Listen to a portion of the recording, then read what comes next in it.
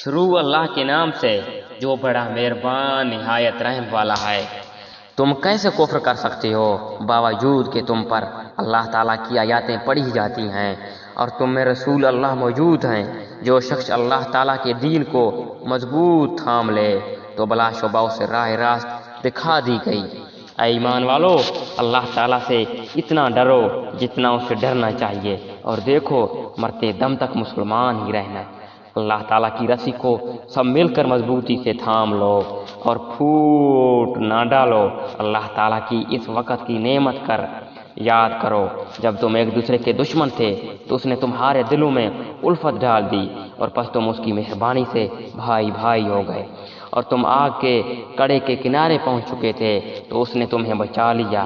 اللہ تعالیٰ اس طرح تمہارے لیے اپنی نشانیاں بیان کرتا ہے تاکہ تم ہدایت پاؤ۔ تم میں سے ایک جماعت ایسی ہونی چاہیے جو بھلائی کی طرف لائے اور نیک کاموں کا حکم دے، برے کاموں سے روکے، اور یہی لوگ فلاح و نجات پانے والے ہیں۔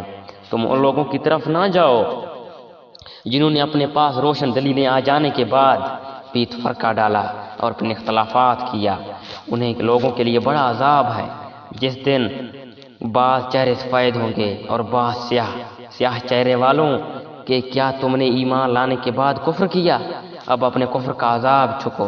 اور سفید چہرے والے اللہ تعالیٰ کی رحمت میں داخل ہوں گے، اس میں ہمیشہ رہیں گے۔ اے نبی، ہم ان حقانی آیاتوں کی تلاوت آپ پر کر رہے ہیں، اور اللہ تعالیٰ کا ارادہ لوگوں پر ظلم کرنے کا نہیں۔ اللہ تعالیٰ ہی کے لیے ہے جو کچھ آسمانوں اور زمین میں ہے، اور اللہ تعالیٰ ہی کی طرف لوٹ جائیں گے۔ تم بہترین امت ہو جو لوگ اللہ تعالیٰ کے لیے پیدا کی گئی ہیں کہ تم نیک باتوں کا حکم کرتے ہو اور بری کاموں سے روکتے ہو، اللہ تعالیٰ پر ایمان رکھتے ہو۔ اگر اہل کتاب بھی ایمان لاتے تو ان کے لیے بہتر تھا۔ ان میں سے ایمان والے بھی ہیں لیکن اکثر تو فاسق ہیں۔ یہ تمہیں ستانے کے سوا اور زیادہ کچھ ضرر نہیں پہنچا سکتے۔ اگر لڑائی کا موقع آ جائے تو پیٹ موڑ لیں گے، پھر مدد نہ کیے جائیں گے۔ ان سے ہر جگہ ذلت کی مار پڑی۔ اللہ یہ کہ اللہ تعالیٰ کی یا لوگوں کی پناہ میں ہوں، یہ غضب الہی کے مستحق ہوں گے اور ان پر کیری ڈال دی گئی۔ یہ اس لیے کہ یہ لوگ اللہ تعالیٰ کی آیاتوں سے کفر کرتے ہیں اور بے وجہ انبیاء کو قتل کرتے ہیں۔ یہ بدلہ ہے کہ ان کی نافرمانیوں اور زیادتیوں کا۔ یہ سارے کے سارے یکساں نہیں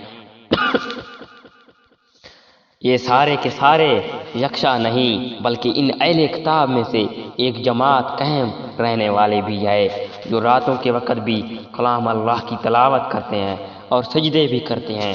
یہ اللہ تعالیٰ پر اور قیامت کے دن پر ایمان بھی رکھتے ہیں، بھلائیوں کا حکم دیتے ہیں، برائیوں سے روکتے ہیں اور بھلائی کے کاموں میں جلدی کرتے ہیں۔ یہ نیک بخت لوگوں میں سے ہیں۔